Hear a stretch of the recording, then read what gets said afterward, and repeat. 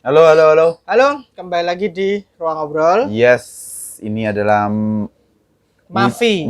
Wujud dari Mafi. Mafi ini adalah Mangaka Fire.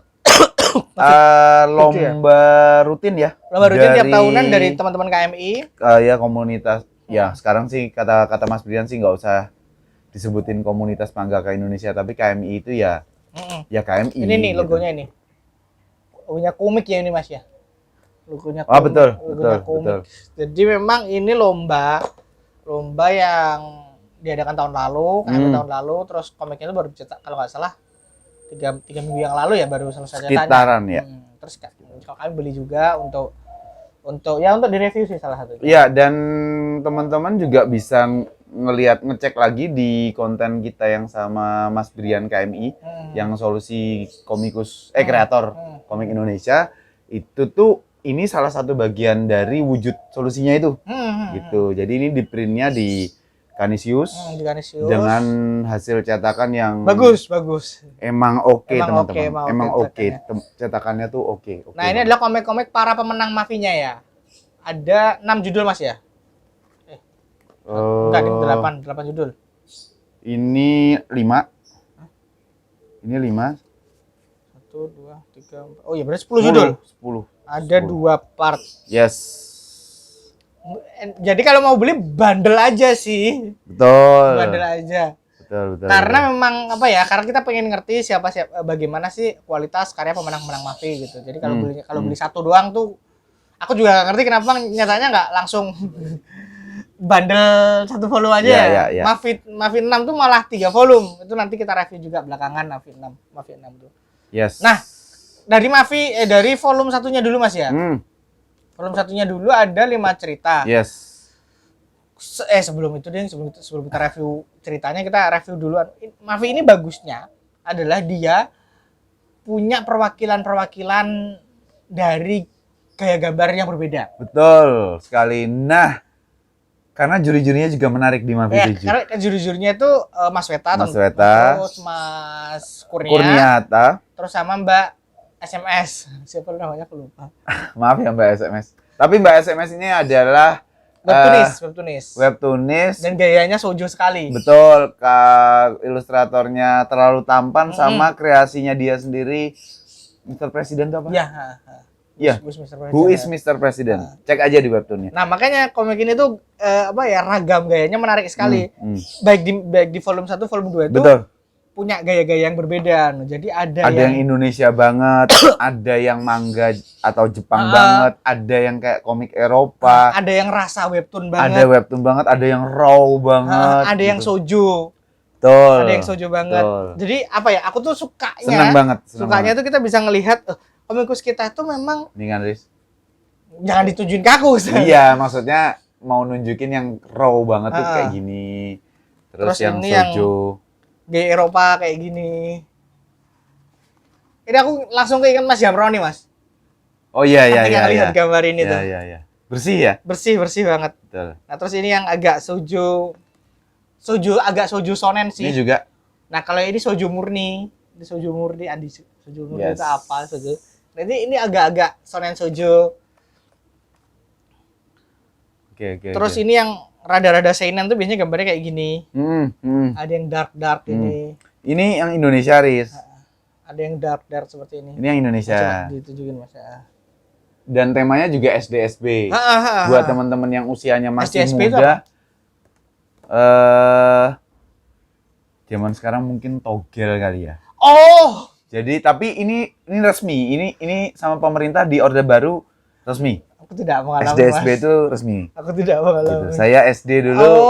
Orang-orang ngomongin SDSB. Jadi nomor yang keluar berapa gitu. Tapi resmi. Gitu. Bangsat orang. Astagfirullahaladzim.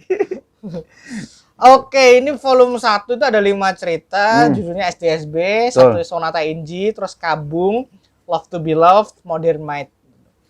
Jadi sebenarnya ada tema besarnya Radical Dreamer, tapi memang nggak kerasa ya. Betul, karena Mas Brian sendiri pada saat Mafi 7 ini baru mulai dilaksanakan gitu, artinya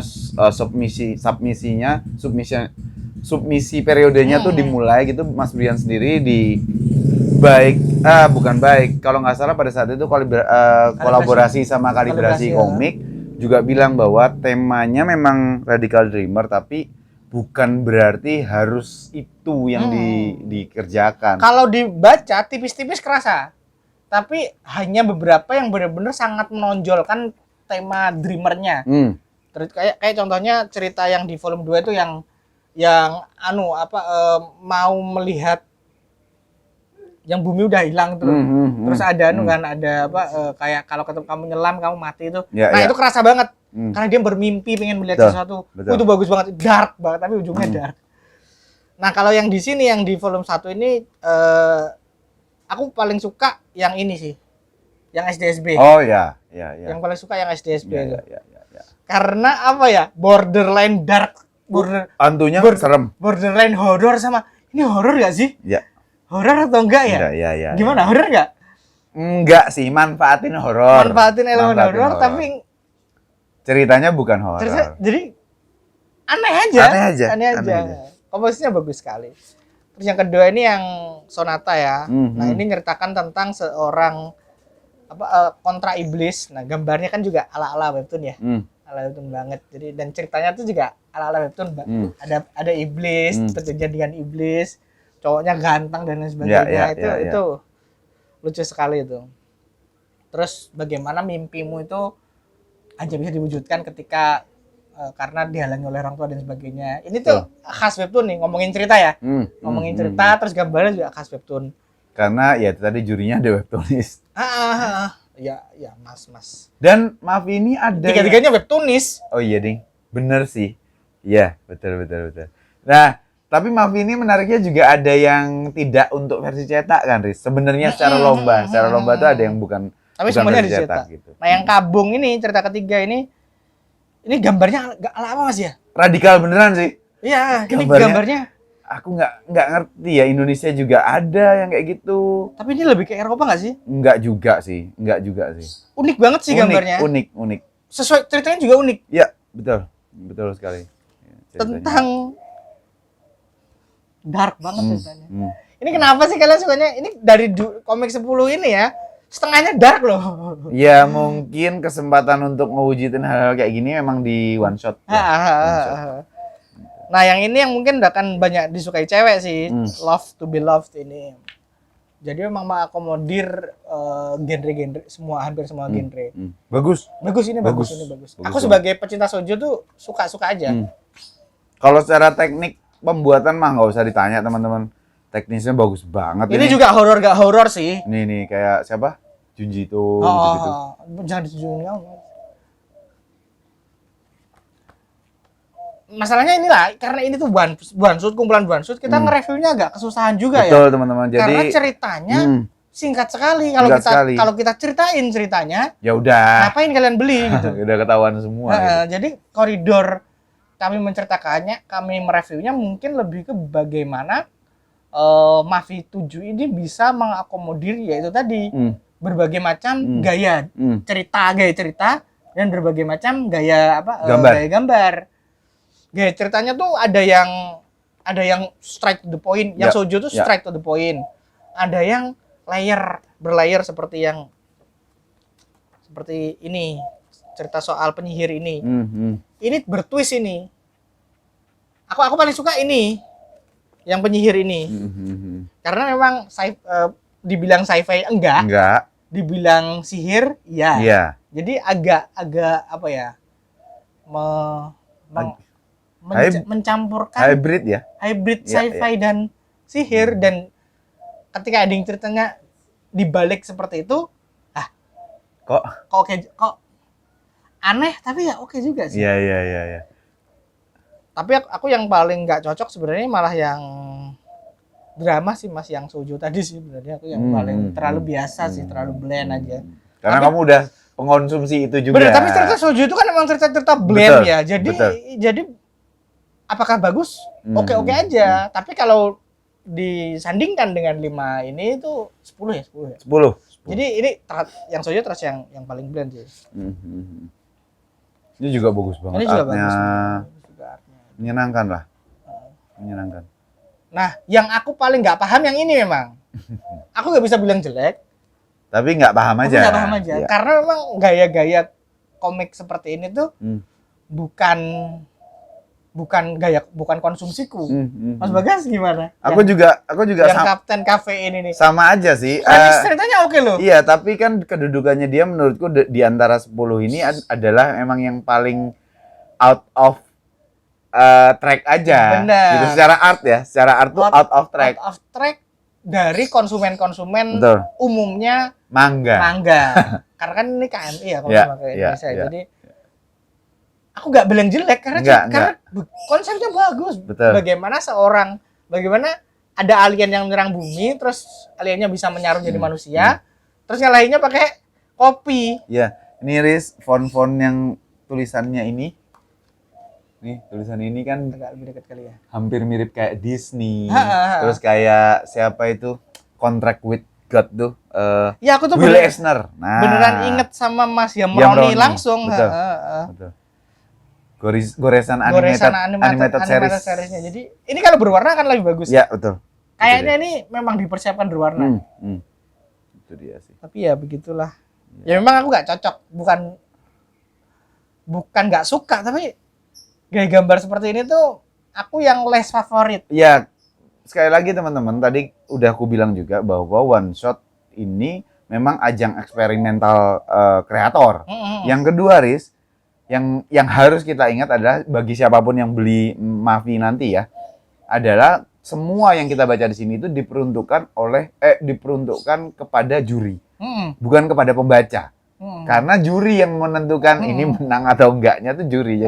Jadi memang para juri juga punya wawasan dan expertise yang sangat tinggi gitu. Jadi ya. Jadi ketika dibaca kalau kita nggak paham wajar. Wajar. Tapi secara teknis, secara konsep cerita, secara premis semuanya bagus semua. Yes.